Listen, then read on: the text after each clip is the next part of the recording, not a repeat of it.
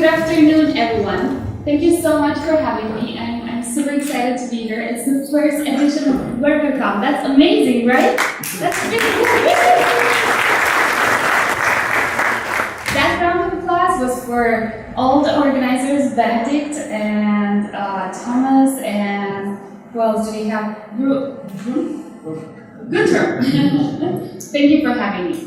Okay, cool. So today we're going to look into building Node.js applications using serverless. I hope some of you went to this morning's workshop regarding serverless, and we had fun there. And today we're going to dive, in this session, we're going to dive even deeper into how we're going to build these Node.js apps. And I want you to spend a second and think about Twitter. And think about Twitter, an application that we're using on a daily basis. Think about it in terms of scale. So Twitter has 330 million users. It also has every second 6,000 tweets get created. That means that we are creating 300,000 tweets every minute. And in a year, there's 200 billion tweets created. You can imagine accounts like Barack Obama sends a tweet to 100 million users. That's a huge scale. Take that in for a second and think about, what if the Twitter creators, knowing where they are today, they were just paralyzed. They wouldn't have started Twitter because they wouldn't have known from the first step how to scale to those numbers. And that's basically me on every single startup idea that I've ever had. Start to think about, what kind of scale do I have to, how many users do I want to support, how many requests, what kind of programming language do I want to use, what kind of framework, what's it support, and after 2 weeks of going out with friends and beers and talking about my next big idea, I'm like, I'm never going to do this. But then this is what serverless helps us do. It helps us get past that first step where we don't have to manage any of that. We just have to go ahead and write code for our startup idea. My name is Simona Cotin, as Peter mentioned, and I work as a cloud developer advocate where I focus on web technologies. So my job is really to make sure that we're building a great experience for JavaScript in the cloud. So if you have any questions about Azure or about JavaScript or about Angular, you can go ask Brad. And then you can ask me as well if you have complaints or if you're happy with your experience so far. You can reach out to me in person, but also on Twitter at Simona_Cotin. I'm happy to chat with you. I want to take a second also to mention that this is Bit. It's a raccoon that has been created by Ashley McNamara. And basically, the idea here is that a raccoon adapts to everything, and it's curious and it adapts to every new situation. So I hope that you have that kind of curiosity, and I feel like it kind of tells our story as developers as well. Okay, enough in storytelling, let's go directly to serverless. For those of you who don't know what serverless is, when we're talking about serverless applications, we're talking about applications that depend on third-party services. So we can think of services like Auth0, which offers authentication for our applications, but also because most of our applications have custom logic as well, we're going to have a bit that's called custom code, and that's where we implement functions, and that's what's known function as a service, so fast. And we're going to focus mostly in this talk on this bit, which is function as a service and custom code, the code that's specific to our application. And when we're writing serverless code, we're writing code that reacts to events. So we have events like an HTTP trigger. So whenever an HTTP request comes in, we're going to run some code in reaction to that. When we're writing serverless code, we're also writing code that auto-scale, which is the initial bit why serverless is very interesting, right? If we have 10 users, then we're going to have maybe 10 instances running serving our users. If we have 1 million users coming to our application the next day, then the cloud provider is going to make sure that we have enough instances running so that we can serve those users. And finally, we only pay for the CPU cycles and the memory that we're using while the code is running. We no longer have to pay for idle time. Previously, we used to, or with platform as a service, we normally pay a monthly bill, but most of the times we only use maybe like 20% of those resources, but we're paying 100%. So this is another huge advantage of serverless. There are some caveats with serverless though. The first one is that we have to make sure that we're writing code that executes or finishes in a certain amount of time. Depending on the provider, you're going to have either between 5 minutes or 10 minutes execution time limit, and then your code is going to time out. So we have to make our applications or our tasks, our functions very granular and small. Functions are also stateless. Just like the goldfish, their memory is very short. And this means that basically we cannot rely on state being persistent in between runs. So we have to make sure that we find creative ways so that we can still pass data in between runs, like maybe use a queue to store messages or save data in the database, so that will be our state. There's also this thing called the warm-up time. If you're a half-full kind of glass person, otherwise you can call it a cold start. That's basically the time we need to take the code from a storage account and deploy it to an instance that's running that code. And that means that that's time that we take to start up that instance, to install the dependencies that you have in your code, to load them, and then run your code. And that can vary from maybe a few milliseconds to even a few seconds, which is not fantastic. And that means that whenever you're building applications in serverless, you have to make sure that you're not building latency-critical applications. So if someone's life depends on your application, maybe serverless is not for you. Okay, some of the most known serverless providers are Azure Functions, ML Lambda, Google Cloud Functions. We also have Firebase Functions, Auth0, WebTask, and IBM OpenWhisk. The first one, Azure Functions, and the last one, IBM OpenWhisk, they're both open source. So what that means is that you can actually take that runtime, the Azure Functions runtime or OpenWhisk runtime, and deploy it in your own data center. So you can run your own serverless framework. If you don't want to depend on a cloud provider, you can just take them and install it in your own data center. Today we're going to focus on Azure Functions. We're going to see some examples of how we can work with serverless from the Azure Functions perspective. And the way I structured this talk is sort of, I don't know. So I used to know how to do things using a traditional backend, maybe Express.js or other frameworks. But how do you do things with serverless? It's a new framework, it's a new set of tools, it's a new mindset. So how do we do things that we used to know in a serverless environment?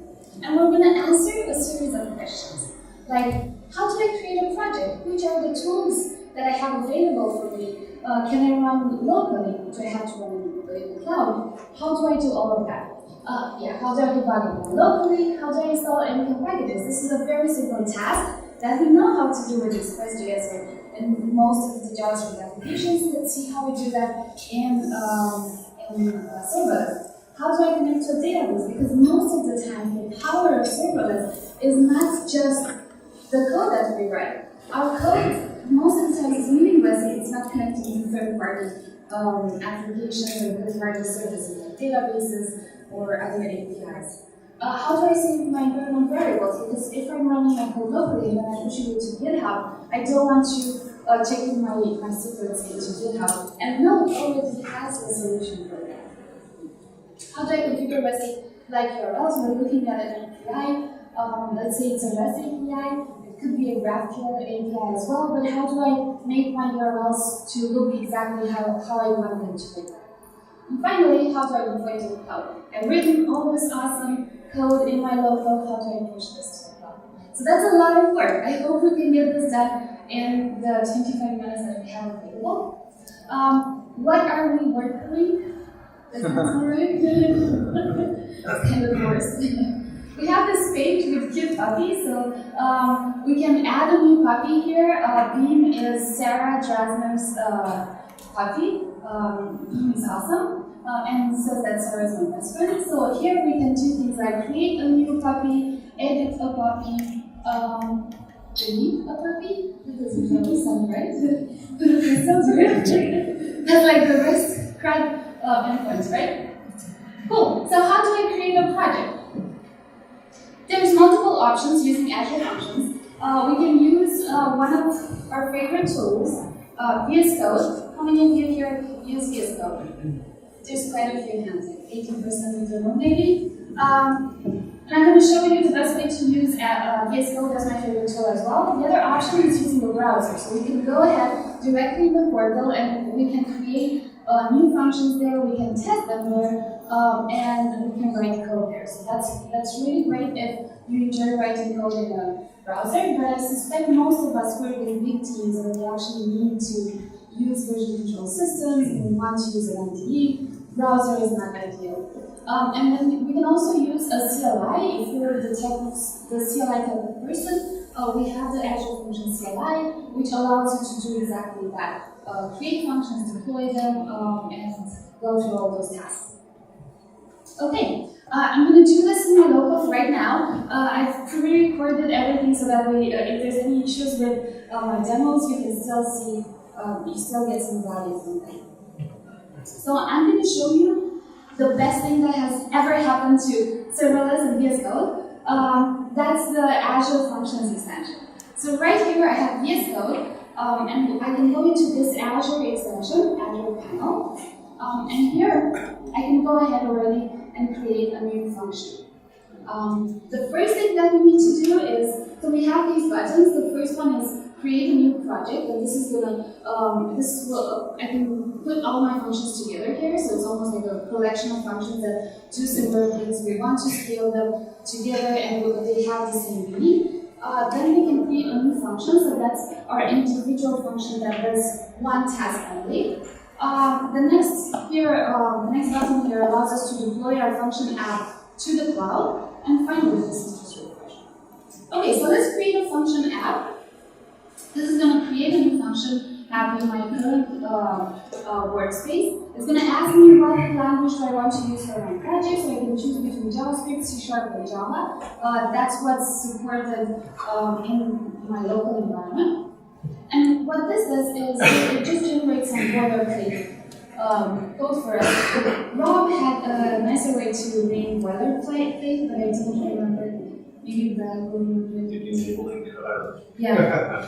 So here we have the VS Code configuration, which are the gitignore files, and then host.json is where we configure global settings for our function apps, things like the API, what would be a URL, and then local.settings.json, this is where we configure our environment variables.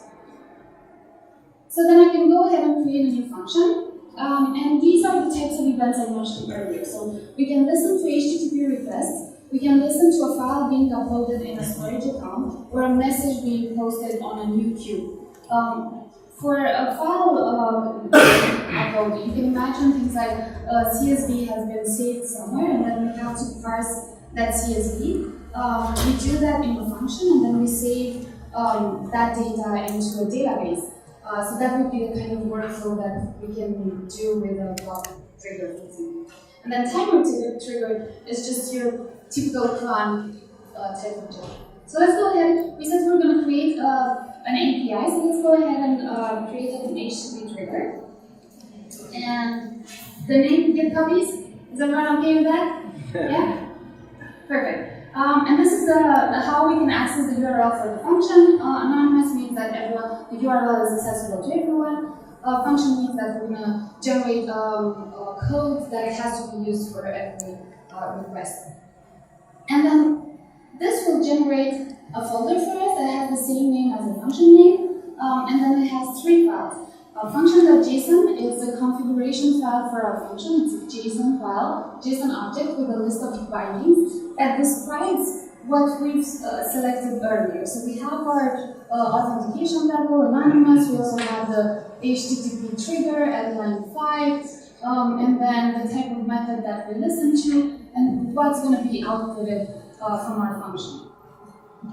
And then in index.js, this is where our code lives.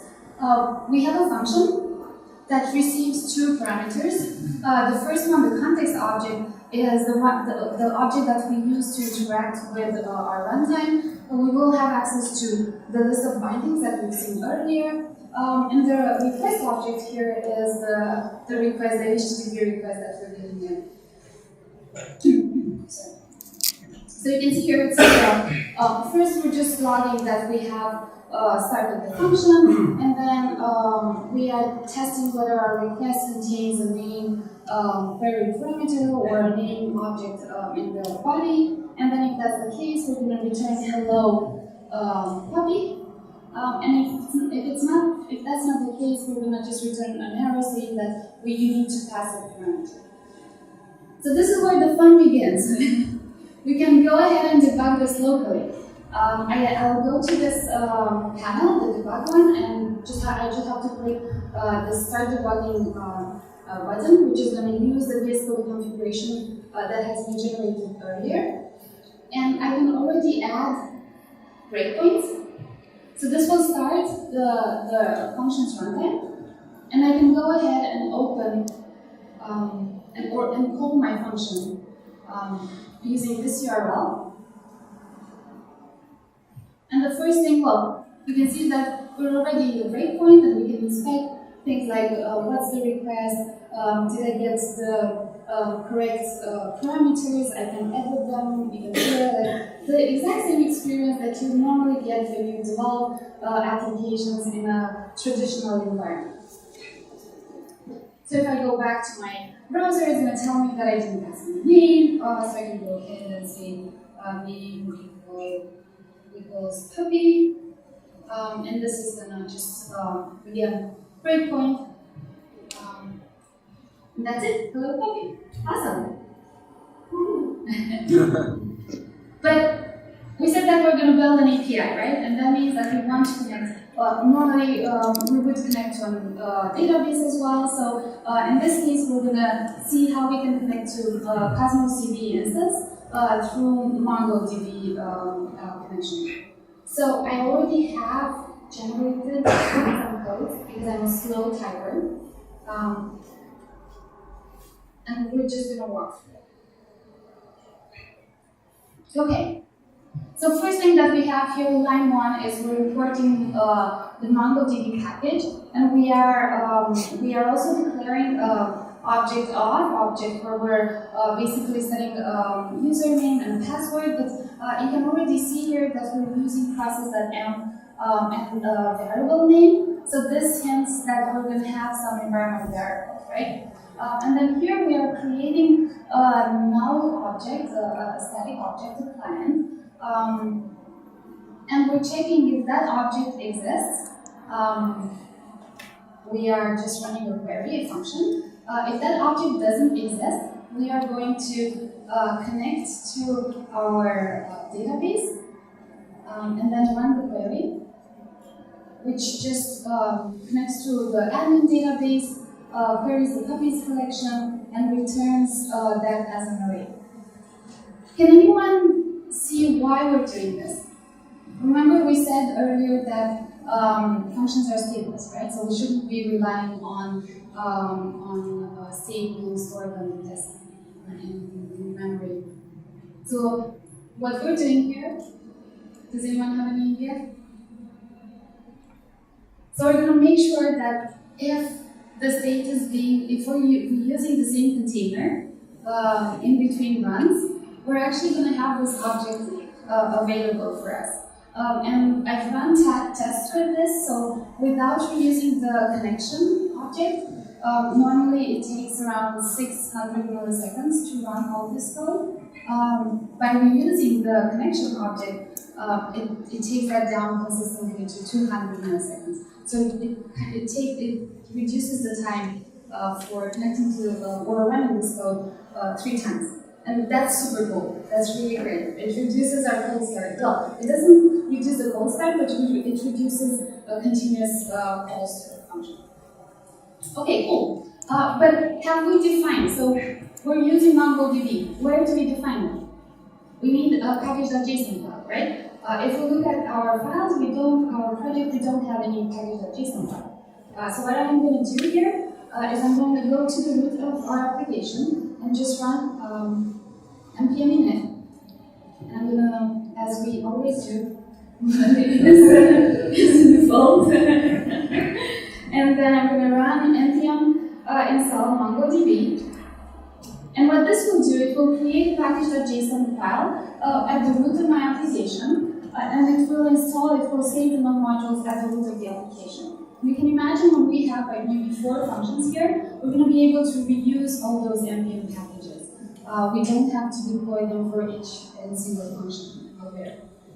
So we have our MongoDB package. What about these environment variables? Where do we define them?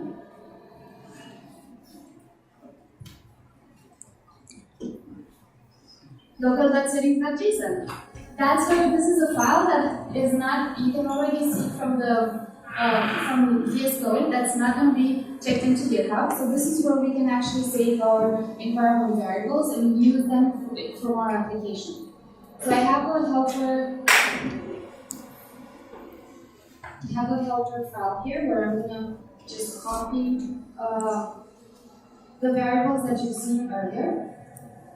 These are values that I copied from the Cosmos DB instance I created from the portal, and then I'm defining them here and using them in this Node.js file. So now, if I run this, do you think it's going to run? It's going to work? Yeah? Should we do it? Yeah. Let's do it.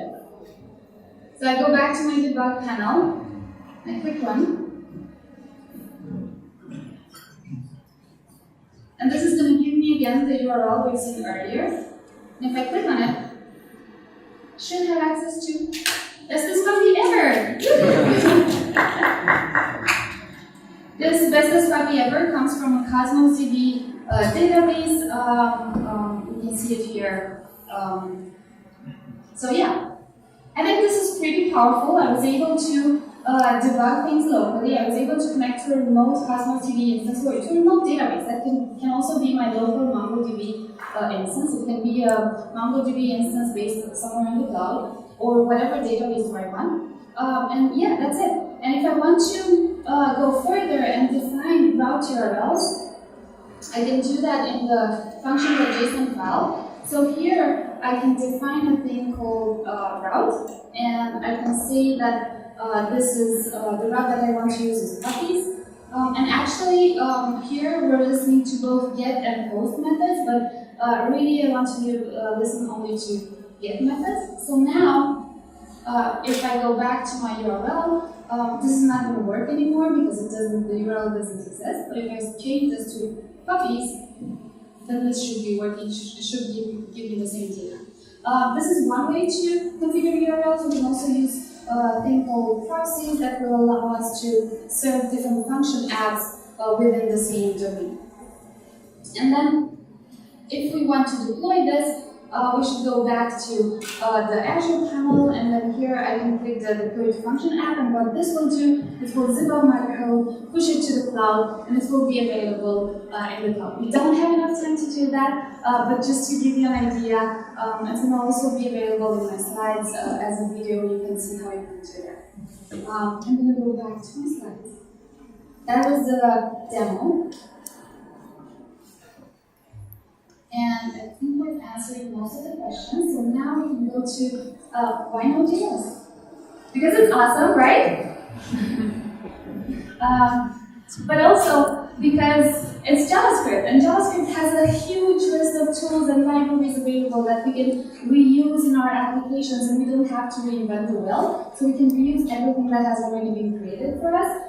It also enables front-end developers to build scalable applications without having knowledge of anything else. So everyone has to just write code. We don't have to manage servers don't have to configure a lot of the stuff, so we just have to go back to serverless and write code. Also, a cool thing that I like is that JavaScript is like the English of languages, right? It's very, you can find it anywhere. Everyone knows JavaScript. Another thing that's great about Node.js is that Node.js packages are normally small, so you will see most of the metrics out there. Node.js and Golang perform the best in terms of code start. So Node.js is your friend, definitely. The thing that Brad normally says is that you can sit with us. I feel like both serverless and Node.js and JavaScript in general is very welcoming as a community, but also as a language. It's easy to get started with JavaScript, it's easy to get started with Node.js. And I think that serverless enables everyone, no matter their budget, no matter their skills, it enables everyone to build scalable applications easily. So what have we learned? How do we create a project? We use VS Code and the functions extension. How do we debug and run locally? VS Code and the extension are your friends. How do we install NPM packages? We already know that, right? We don't have to change anything, and that's great. That's great news. How do we connect to MongoDB? We know this already as well, nothing new. How do we save environment variables? Well, we can use them, we can use local.settings.json. How do we configure REST URLs? We use either proxy or the route property in in function.json. How do we deploy to the cloud? We can use VS Code or we can connect to GitHub. And finally, why Node.js?